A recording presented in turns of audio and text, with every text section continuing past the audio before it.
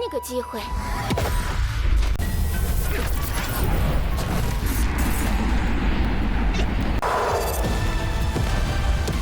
Halo semuanya, bagaimana nih kabar kalian?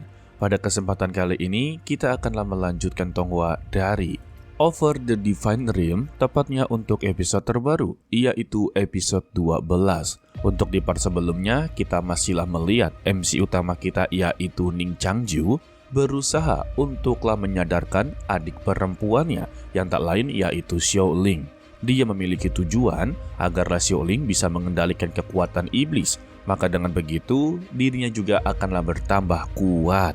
Oke lah kalau begitu langsung saja kita masuk ke dalam ceritanya.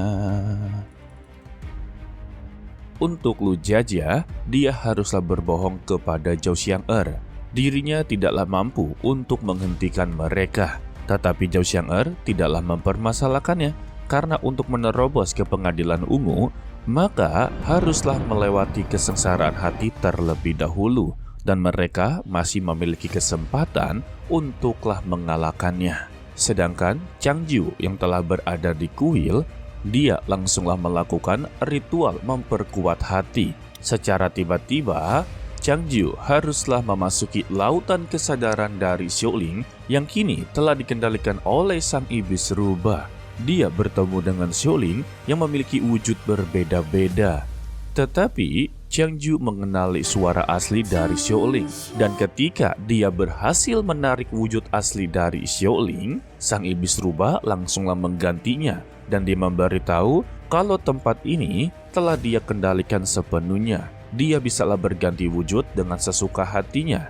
Jadi apapun usaha dia sama sekali tidak akanlah berhasil. Dari semua inilah Changju mengerti kalau kesengsaraan hati itu hanyalah sebuah ilusi. Dan yang berada di depannya ini adalah penguasa tempat ini. Dan karena Changju telah memaksa masuk, maka dia juga akan terlibat dalam ujian kesengsaraan hati. Lantas, karena di hadapannya bukanlah sang iblis rubah, Changju memohon kepadanya kalau dia datang ke sini ya hanya inginlah menyelamatkan adik perempuannya. Dia tidak bermaksud untuklah menggagalkan semua ini. Sebelum dia mengabulkan permintaannya, dirinya bertanya-tanya kepada Changju, bagaimana bisa dia mengetahui yang mana palsu dan mana yang asli. Changju menjelaskan mengapa dia bisa untuklah menemukan yang asli, karena untuk adik perempuannya telah menceritakan seluruh masa lalunya. Yang dimana masa lalu dari Xiaoling benar-benar begitu sangatlah miris. Awalnya, dia mempunyai keluarga yang begitu sangatlah harmonis dan dia juga memiliki seorang kakak. Akan tetapi, adanya sebuah tragedi yang membuat ibunya, kakaknya, serta ayahnya meninggal dunia. Maka dari itulah, Xiaoling memutuskan untuklah menjadi seorang kultivator agar bisa untuklah melindungi dirinya. Tetapi yang sebetulnya di dalam hatinya Xiaoling, dia hanya inginlah menjadi wanita seperti pada umumnya. Lalu penguasa tempat ini kembali bertanya bagaimana cara dia untuklah masuk, teknik apa yang telah dia gunakan, serta dia berasal dari mana. Karena baru pertama kali dia menemukan seorang praktisi bisa untuklah menerobos masuk ke dalam kesengsaraan hati. Changju membalasnya kalau ini hanyalah sebuah teknik kecil saja dan untuk identitasnya dia hanyalah seorang murid dari sekte kecil. Lantas ya, untuk sang penguasa sungguhlah tidak percaya. Tidak mungkin orang yang berasal dari sekte kecil memiliki metode seperti ini. Karena baginya, metode tersebut layaknya seperti praktisi yang berada di alam dewa. Jadi, dia menyarankan kepada Changju untuklah pergi sekarang juga. Tetapi, Changju menolaknya. Karena bukan hanya Xiaoling sajalah yang menerima kesengsaraan hati. Tetapi ada orang lain juga, yang tak lainnya yaitu roh bawaan suci atau lebih tepatnya sang iblis rubah. Mendengar itu, penguasa kesengsaraan hati yang inginlah dipanggil sebagai Nyonya Jing langsunglah terkejut. Jika kesengsaraan hati berhasil dilewati, maka dua orang yang terlibat akanlah langsung menerobos ke tempat pengadilan Istana Ungu dan dia sungguhlah tidak terima. Jadi dia memberikan kesempatan kepada Changju untuklah mengatasi masalahnya sendiri. Sehingga kita diperlihatkan bagaimana tragedi keluarga dari Xiaoling haruslah meninggalkan dirinya. Ternyata ya untuk keluarganya telah diserang oleh iblis gunung yang hanya menyisakan dia seorang saja. Tetapi beruntungnya untuk seniornya atau Changju dan juga gurunya yaitu Ning Jishui berada di sana untuklah menyelamatkannya.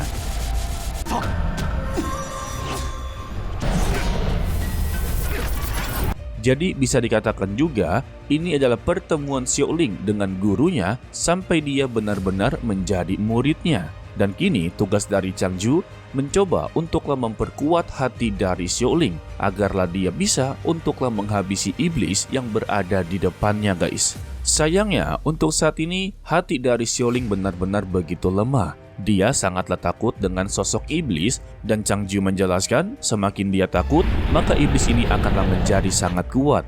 Beruntungnya saja Xiaoling teruslah ditekan oleh Changju yang membuat dia berhasil untuklah menusukkan pedangnya. Tetapi rasa ketakutannya ini masihlah ada yang membuat iblis tersebut sama sekali tidak bisa ditaklukkan. Justru ya semakin kuat dan kuat guys. Changju yang sudah menyadari dari awal kalau kesengsaraan hati ini bukanlah pengujian tingkat kultivasi, melainkan adalah pengujian kekuatan hati. Jika semakin kuatnya hati, maka dia layak untuklah menerobos ke pengadilan ungu. Begitu guys. Dan semua ini memang tergantung kepada Xiaoling. Jika dia terus-terusan seperti ini, maka ya dirinya akanlah terjebak dalam kesengsaraan hati terus-menerus. Lagi dan lagi, Changju mencoba untuklah menekankan kalau dia haruslah mengkuatkan hatinya, maka pedang yang dia pegang akanlah semakin tajam. Beruntungnya saja, Xiaoling berhasil mendapati semua ingatannya. Dia juga telah berhasil untuklah mengingat teknik pedang yang diajarkan oleh Nona Lu Jiajia, dan dia langsunglah mempraktekannya.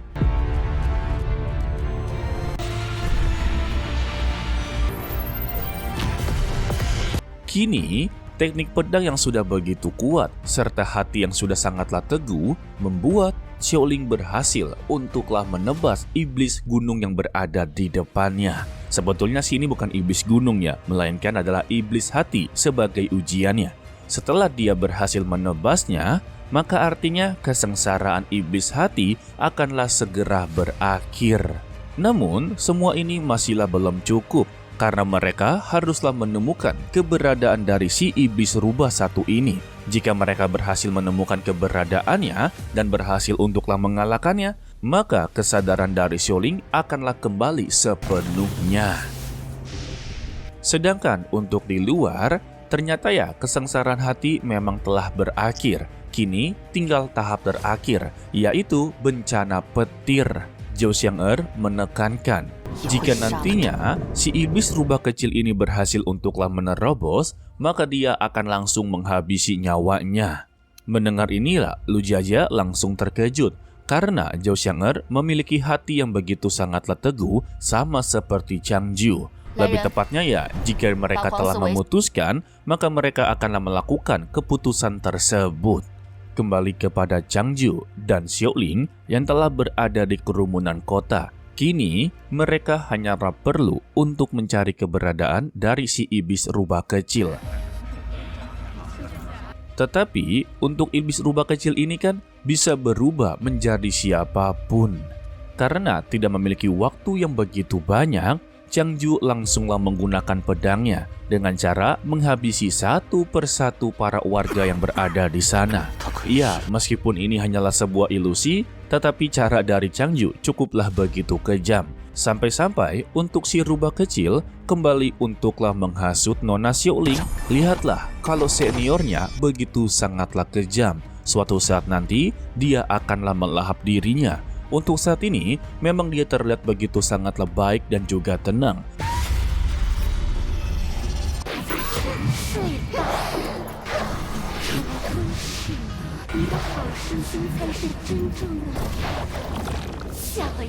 Tetapi di masa depan, dialah yang akan mendapati bahayanya sendiri. Beruntungnya saja ya, hati dari Xiaoling memang sudah sangatlah kuat guys. dia menolak hasutan tersebut dan berteriak kalau iblis yang sebenarnya adalah dia. Dengan begini, Changju berhasil untuklah menemukan keberadaan dari si iblis rubah kecil. Setelah keberadaannya telah diketahui, dia langsunglah menampakkan wujudnya. Bahkan dia inginlah tahu bagaimana Changju bisa untuklah menghabisi nyawanya. Untuk rananya saja belumlah mencapai rana misterius atau rana dasar. Tetapi Changju membalasnya kalau dia belum sama sekali merasakan kekuatan dia yang sebenarnya. Karena sejak awal dia sama sekali tidaklah menggunakan kekuatan apapun. Ya, ada benarnya juga sih, sehingga ya dia memperlihatkan kekuatan pedang Dhamma, yang dimana pedang ini begitu sangatlah besar daripada yang dibayangkan oleh si iblis rubah kecil.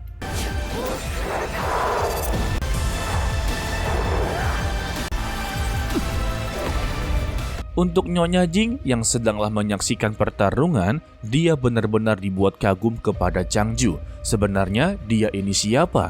Karena untuk kemampuan yang dia keluarkan, ini layaknya seperti praktisi yang telah melewati 5 jalan. Dan karena dia tahu dampak yang diberikan oleh Changju akanlah besar, dia langsunglah menghela napas dan menjentikan jarinya. Seketika, waktu langsunglah berhenti. Dan dia memberitahu kepada Changju, jika pedang ini menghantam si iblis rubah kecil, maka seluruh kota juga akanlah hancur lebur.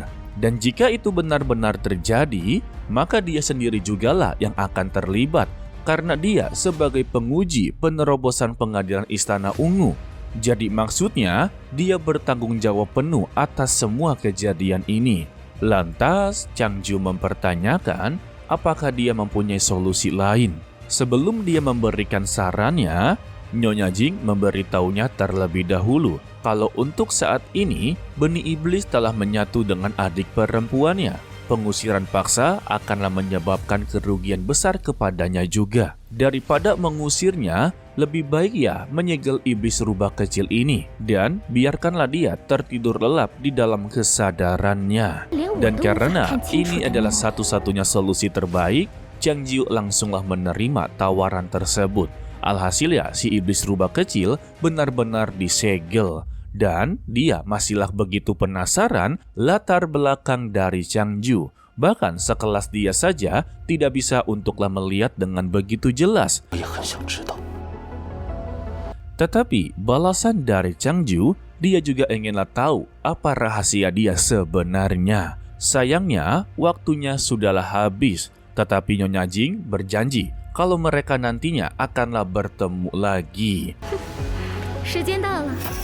Dan pada akhirnya ya, semua permasalahan ini telah benar-benar usai guys. Tetapi sepenuhnya belumlah selesai, melainkan ini barulah selesai dalam kesengsaraan hati. Masih ada tahap terakhir, yaitu kesengsaraan petir atau yang biasa dikenal sebagai bencana petir. Dan untuk di episode berikutnya, kita akanlah melihat pengorbanan dari Changju untuklah menghadapi kesengsaraan surgawi tersebut. Jika tidak dihadapi, maka ya kesengsaraan surgawi ini akanlah terus berada di sana dan membuat kerugian yang begitu sangatlah banyak. Oke lah, sepertinya cukup sampai di sini saja dulu untuklah video kali ini. Mimin ucapkan terima kasih kepada kalian yang telah menonton sampai akhir. Pesan dari Mimin, tetaplah menjadi orang yang baik, walaupun itu sangatlah sulit. To be continue, sampai jumpa di video berikutnya. Bye-bye.